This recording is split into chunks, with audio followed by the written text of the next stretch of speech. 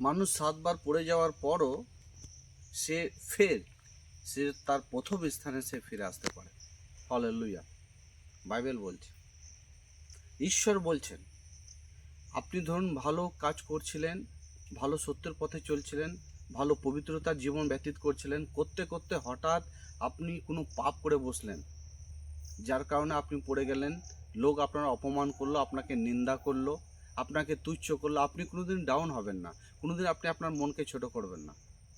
কারণ আপনি মনে রাখবেন যে আপনার যিনি ঈশ্বর, যিনি আপনাকে পবিত্র করেছে। আগে তো আমরা পাপ জীবন ব্যতীত করেছিলাম, তো সেই পাপ থেকে পবিত্রতার মধ্যে কিভাবে আসলাম? আমরা ঈশ্বর আমাদের করে নিয়ে এলেন।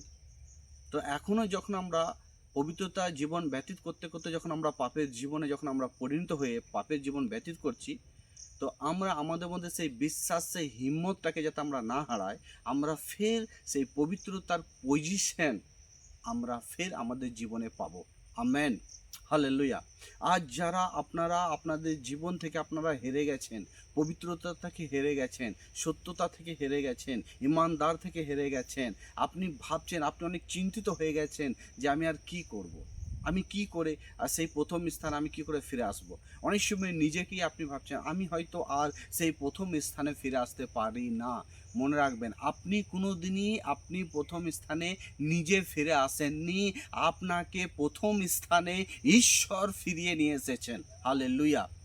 আর আজকেও যখন আপনি আপনার বিশ্বাসকে আপনি তুলে ধরবেন, আপনার কর্মকে তুলে ধরবেন, আপনি শুধু আপনি নিজেই সেই জায়গায় যাবেন না, কিন্তু ঈশ্বর আপনাকে ফের সেই পবিত্রতার জায়গার মধ্যে উনি আপনাকে তুলে নিয়ে যাবেন। Hallelujah, hallelujah. অনেক সময় আমার প্রিয়, আমরা জগতের দিকে তাকিয়ে আমরা অনেক সময় ভাবি কি হয়তো জগতই আমাকে পবিত্রতার জীবন দিয়েছে, জগৎ আমাকে চলতে শিখিয়েছে, জগৎ আমার মান সম্মান ইজ্জত দিয়েছে, আর তার দিকে তাকিয়ে আমরা অনেক সময় জীবন ব্যতীত করতে থাকি। আজ বহু মানুষ তারা ঈশ্বরেতে চলে, কিন্তু অনেক সময় তারা জগতের দিক থেকে দেখে তারা ডিসিশন নেয় আর নিজেকে তারা তৈরি করে তারা এগিয়ে যায়। এটা ভুল। আপনি জগৎকে দেখে আসেননি, জগৎ আপনাকে তৈরি করেনি, তৈরি করেছেন ঈশ্বর, আপনাকে নিয়ে এসেছেন ঈশ্বর। আপনার পবিত্রতা হওয়া, পবিত্রতা না হওয়া, এই দুটোই কিন্তু ঈশ্বরের উপরে আছে, ঈশ্বরের হাতে আছে।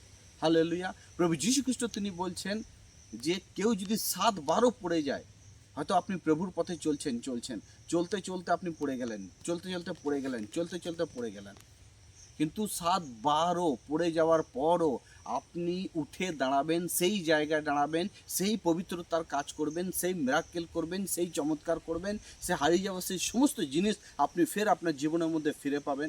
এটা পবিত্র শাস্ত্র বলছে।